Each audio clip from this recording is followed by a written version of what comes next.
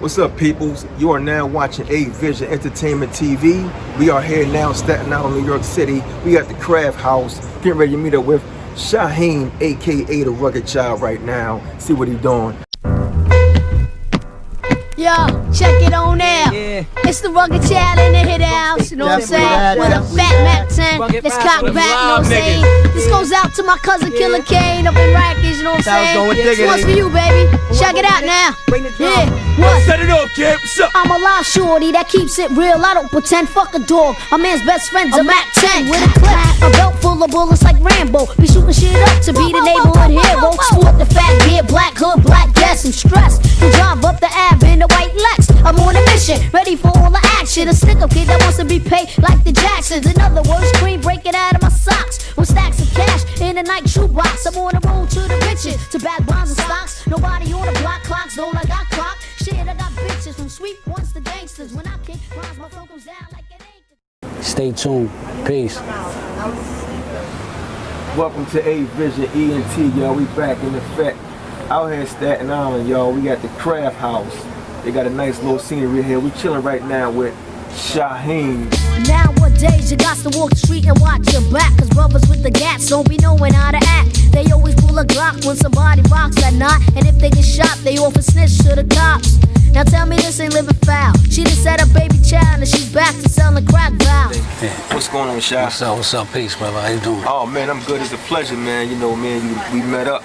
So I want to get right into it, man. Take us back to the time when you, like 14, I say 13, when you first got signed. Let me know how that felt, man, when you first, got signed and got that big check as a kid. How did that feel, man? It felt good, man. It felt good to finally be able to buy some clothes, you know what I mean, and not wear my older cousins' hand-me-downs, to move out the projects, and start to see the world, you know what I mean. So it just opened opportunities for me. Okay. Yeah. So when you signed with Wu-Tang, or like, how did all of that start out with you and Wu? Well, prior to getting a record deal and everything, we were all from the same area, so I knew the RZA, I knew everybody in the clan prior, R&S producer, UMCs, GP, Wu, everybody from Staten Island, we all knew each other. I was just like the youngest one that used to hang around everybody, and and then I got my contract, and then the clan came with their music right around the same time, and it's just that we was just in the business together, and we always represented, and it was always people. But I didn't get signed to my record deal through Wu-Tang. Okay. R&S, actually, I was signed to R&S Productions, through Virgin Records, and that's how I got my career. But I've always worked with the RZA. You stay connected with the because RZA produced on my first album as well. I would do the tours with them and everything, but I still have my own lane. Okay, that's what's it at, man. Now, the first big check, man, as a teenager. What was the first thing you wrote, man, with that check? Well, my first check, what I did was, we all went, there's a place called Downtown Fulton, and I took my cousins, it's my age, we all went shopping, I bought me a little chain, bought me a ring, I went upstate to see my dad, bring him a food package and stuff like that to put money on his books. Around the same time, I lost my grandfather, so I was able to put him to rest properly. So yeah, that was the first things I did, you know what I'm saying, to kid. It wasn't just about me, it was about the whole family. Was there any competition with you and other artists going on at that time? Nah, I would say I was in the lane by myself. You had other young artists at the time, Chris Cross, and there's a couple of other guys, but they wasn't doing the type of music or speaking from my perspective of the ills of my community and things like that and how I seen it. They was choosing to tell people to jump and wear their clothes backwards and about girls. A lot of them went to the girls route, but I talked about old man getting shot in the parking lot in front of my building. I hang with his grandchildren. Here was the shells drop. An old man got shot in the parking lot in front of my building. I hang with his grandchildren. And for the nigga that pulled the trigger and tried to slide and hide, but he got knocked by the homicide. for something. children. So I was just in a different lane than those guys, and not to take anything from them, but we kind of grew up different. You know, my mom's had me at 16. My pops was in prison. The block raised me, you know what I'm saying? So, you know, there's a bunch of rugged childs in everybody area, you know what I'm saying, that's going to store for the drug dealers, you know what I'm saying? That was me, you know what I'm saying? And just observing and just telling the story of what I was seeing. Now, and I know at that age you were in the streets, right? Well, I was outside. I wasn't in the Okay, streets. okay. See, I wasn't in the streets. I didn't get involved in the street, what you call the street life, and criminal activities till much later on in my life. okay. You know what I'm saying? But when I first got At my what age? record, I'm sorry. What age would you say you got involved in that, in the streets? I would say around between like 19 years old. Okay, Things so started to take. Yeah, things started to take, because with celebrity comes all type of things. Like I didn't change, but when you get these possessions and these things like that, and you get notoriety, it causes jealousy. Like I remember there was a time where everybody was rooting for me where I'm from, then everybody's looking at me with the side eye, because in your mind, you just living you, but in their mind, you're showing off. You know what I'm saying? So, you know what I mean? And you can't take care of everybody. You can't make everybody happy. Everybody can't come, So people gonna feel their ways, and then things started to happen in the streets to me. You know what I'm saying? And then after certain type of events come, it breeds you and turns you into a different person, a different monster. You start to, you know what I'm saying? And then not to mention once you add the alcohols and the weed and the drugs and the women and the parties and the lifestyle and the speeding, everything just starts to go so fast. It's like a movie that's playing, but then it just starts going fast forward. Wow. You know what I mean? Wow.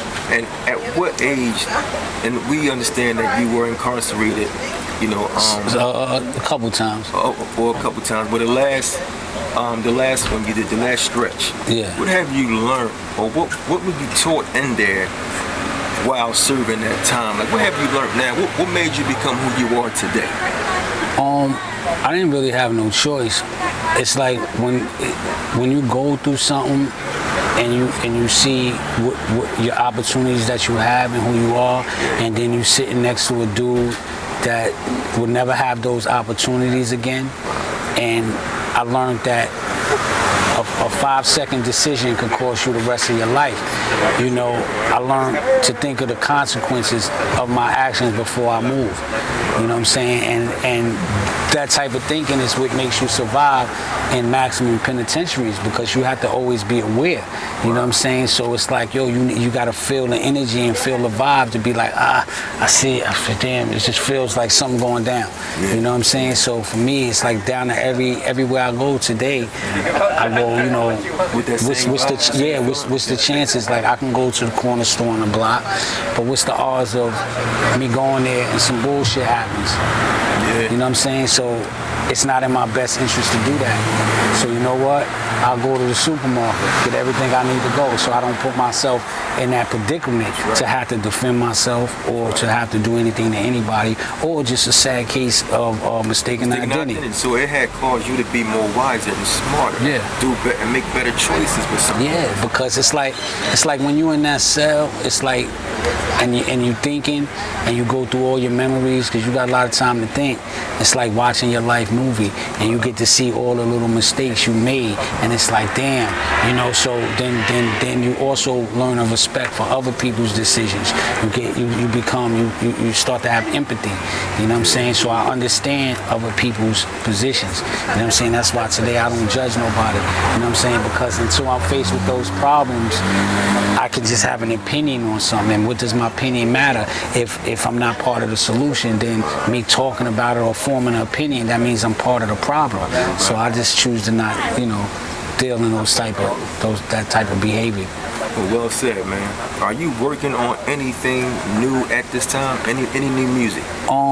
Yeah, I'm actually working on a soundtrack to my audio book and my physical book. It's called. Let's talk about the book. It's called I Stand Corrected.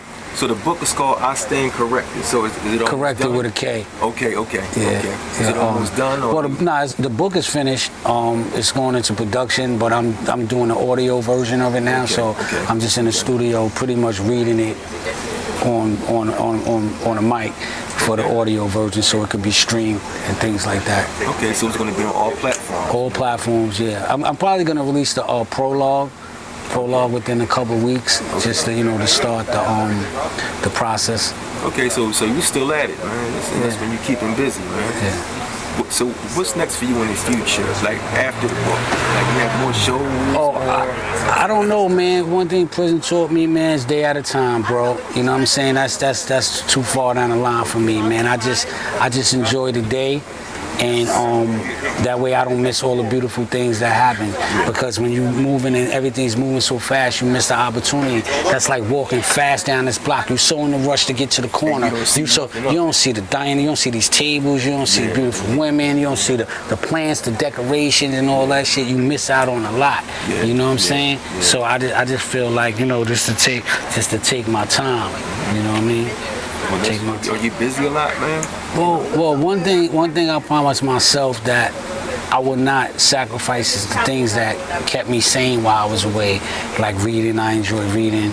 You know what I mean? I enjoy just meditating and thinking. Even if I'm not doing nothing, doesn't mean that I'm available.